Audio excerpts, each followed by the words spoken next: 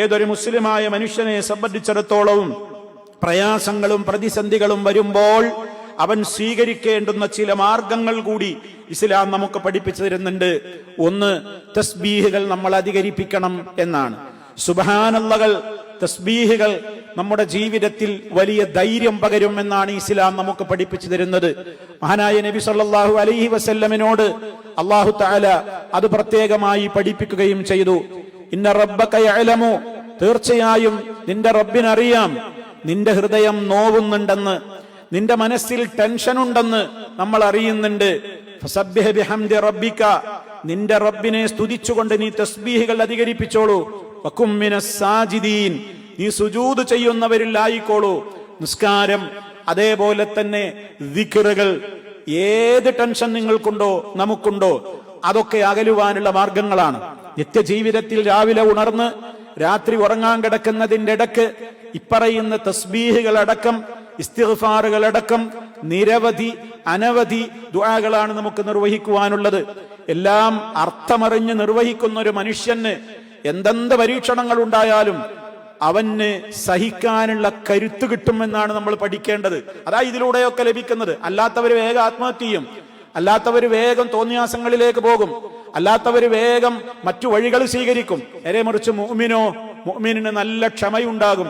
അതെങ്ങനെയാ നേടിയെടുക്കേണ്ടത്? അതാ പറയുന്നത് കസറത്തു തസ്ബീഹ്, തസ്ബീഹുകൾ അധികരിപ്പിക്കുന്നതിലൂടെ. രണ്ടാമതായി നബി സല്ലല്ലാഹു അലൈഹി വസല്ലമിന്റെ മേൽ സ്വലാത്തുകൾ അധികരിപ്പിക്കുന്നതിലൂടെ മാനസികവും ശാരീരികവുമായ പ്രശ്നങ്ങൾക്കത് പരിഹാരമാണ്, മനോവിഷമങ്ങൾക്ക് പരിഹാരമാണ്. സ്വലാത്തുകൾ നമ്മൾ അധികരിപ്പിക്കണം. നിത്യജീവിതത്തിൽ നമുക്ക് സ്വലാത്തുകൾ ചൊല്ലുവാൻ പ്രത്യേകം നിശ്ചയിക്കപ്പെട്ട സമയങ്ങൾ, നിശ്ചയിക്കപ്പെട്ടവ സ്വലാത്തുകളുണ്ട്. അതല്ലാതെ തന്നെ എത്രയോ നമുക്ക് സമയം കിട്ടുന്നുവോ അത്രയും സ്വലാത്തുകൾ അധികരിപ്പിക്കേണ്ടത് നമ്മുടെ പരലോക ഗുണത്തിന്റെ അത്യാവശ്യമായ കാര്യമാണ്. അതോടൊപ്പം മാനസികമായി വല്ലാത്തൊരു ആനന്ദമാണത്. മൂന്നാമതായി കസറത്തുൽ ഇസ്തിഗ്ഫാർ, ഇസ്തിഗ്ഫാർ അധികരിപ്പിക്കണം. അസ്തഗ്ഫിറുല്ലാഹ്, പാപമോചന തേട്ടം എത്രത്തോളം അധികരിപ്പിക്കുന്നുവോ ദുനിയാവിലും ആഖിറത്തിലും അതുകൊണ്ട് പ്രയോജനമാണ്.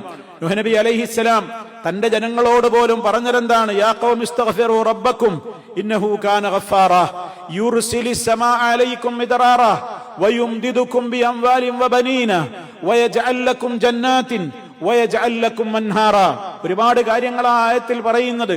നിങ്ങൾക്ക് ശാരീരികമായി ശക്തി കിട്ടും, മാനസികമായി ശക്തി കിട്ടും, സാമ്പത്തികമായി വളർച്ചയുണ്ടാകും, റബ്ബിന്റെ കാരുണ്യമുണ്ടാകും, എല്ലാ അർത്ഥത്തിലും നിങ്ങൾക്ക് പുരോഗതി ഉണ്ടാകും എന്നിങ്ങനെയൊക്കെ പറഞ്ഞത് എന്തിനെ കുറിച്ചാ? ഇസ്തിഗ്ഫാറിനെ കുറിച്ച്. നിസ്കാര ശേഷം ഒന്ന് മനസ്സറിഞ്ഞ് 3 അസ്തഗ്ഫിറുല്ലാഹ് പറയാൻ പോലും മടിയുള്ള കൂട്ടത്തിലാണോ ഞാനും നിങ്ങളും എന്ന് ഓർത്ത് പരിഹാരം കാണണമെന്നാണ് എനിക്കെന്നോടും നിങ്ങളോടും പ്രത്യേകമായി ഈ അവസരത്തിൽ ഓർമ്മപ്പെടുത്തുവാനുള്ളത്. മനസ്സിന്റെ ടെൻഷനുകളെ കുറിച്ച് വേവലാതി പറയുമ്പോ പരിഹാരം നിർദ്ദേശിച്ച റബ്ബിന്റെ വചനങ്ങളെ, റബ്ബിന്റെ നിർദ്ദേശങ്ങളെ അവഗണിക്കുന്നവരാണ് നമ്മളെങ്കിൽ പിന്നെ നമ്മൾ ആരോടാ പരാതി പറയുന്നത്?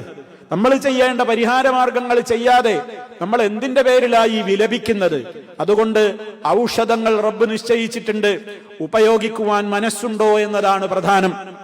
നാലാമതായി യഥാർത്ഥത്തിൽ സദഖകൾ അധികരിപ്പിക്കണം എന്നാണ്. ദാനധർമ്മങ്ങൾ അധികരിപ്പിക്കണം, നല്ല നല്ല കാര്യങ്ങൾ ചെയ്യണം, സൽക്കർമ്മങ്ങൾ അധികരിപ്പിക്കണം. ആറാമതായി കുടുംബ ബന്ധം ചേർക്കണം, മാതാപിതാക്കളെ നന്നായി ആദരിച്ച് ബഹുമാനിക്കണം, ടെൻഷൻ ഫ്രീ ആയ ജീവിതം കിട്ടും. ഏഴാമതായി അള്ളാഹുവിനെ കുറിച്ചുള്ള സദ്വിചാരവും അവനിലുള്ള ദൃഢമായ വിശ്വാസവും നിലനിർത്തണം. എട്ടാമതായി ദുആകൾ ധാരാളമായി അധികരിപ്പിച്ചുകൊണ്ടിരിക്കണം. പ്രയാസവും പ്രശ്നവും വരുമ്പോ മറ്റ് ചിന്തകളിലേക്ക് പോകുന്നതിന് പകരം അള്ളാഹിനെ കുറിച്ചുള്ള ഓർമ്മകൾ അധികരിപ്പിക്കാനായി ഇസ്ലാം പറഞ്ഞത്. നിരവധി അനവധി ദിക്റുകൾ പ്രയാസപ്പെടുന്ന ഘട്ടങ്ങളിൽ മാത്രം ചൊല്ലുവാൻ മുത്ത് മുസ്തഫ നമുക്ക് പഠിപ്പിച്ചു തന്നിട്ടുണ്ട്. പക്ഷേ നമ്മിൽ എത്ര പേർക്ക് അത് അറിയാം? അറിയുന്നവർ എത്ര പേർ അത് നടപ്പിൽ വരുത്തുന്നുണ്ട്?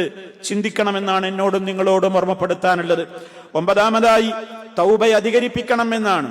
റബ്ബിനോട് നിരന്തരമായി പശ്ചാത്താപം അധികരിപ്പിക്കുന്ന ഒരു മനസ്സിന്റെ ഉടമകളായി മാറണമെന്നാണ്. സർവോപരി റബ്ബിന്റെ ഏത് തീരുമാനങ്ങളിലും ഒരു കോപവും ദേഷ്യവും തോന്നാതെ സമ്പൂർണമായ സഹനം കൈക്കൊള്ളണമെന്നും ഇസ്ലാം പഠിപ്പിച്ചിരിക്കുകയാണ്. ഈ രൂപത്തിലുള്ള പരിഹാര മാർഗങ്ങൾ കണ്ട് ജീവിതത്തിന്റെ പരീക്ഷണങ്ങൾ എന്തുമാവട്ടെ, അതെനിക്കും നിങ്ങൾക്കുമാണ് അറിയുക. നമ്മുടെ ജീവിതത്തിൽ ഏതൊക്കെ പരീക്ഷണങ്ങളാ വരുന്നതെന്ന്. അവിടെയൊന്നും പതറരുത്. പൂർവോപരി ശക്തിയോടെ മനസ്സിന്റെ ആരോഗ്യം ഒരിക്കലും നഷ്ടപ്പെടാതെ റബ്ബിലേക്ക് മാത്രം പ്രതീക്ഷകൾ അർപ്പിച്ചുകൊണ്ട് അവനോട് മാത്രം പ്രാർത്ഥിച്ചുകൊണ്ട് സബർ കൈക്കൊള്ളുക. രണ്ട് ലോകത്തും വിജയിക്കാൻ സാധിച്ചേക്കും. റഹ്മാനായ റബ്ബ് അത്തരത്തിലുള്ള ഭാഗ്യവാന്മാരിൽ നമ്മെ ഓരോരുത്തരെയും ഉൾപ്പെടുത്തി അനുഗ്രഹിക്കുമാറാകട്ടെ.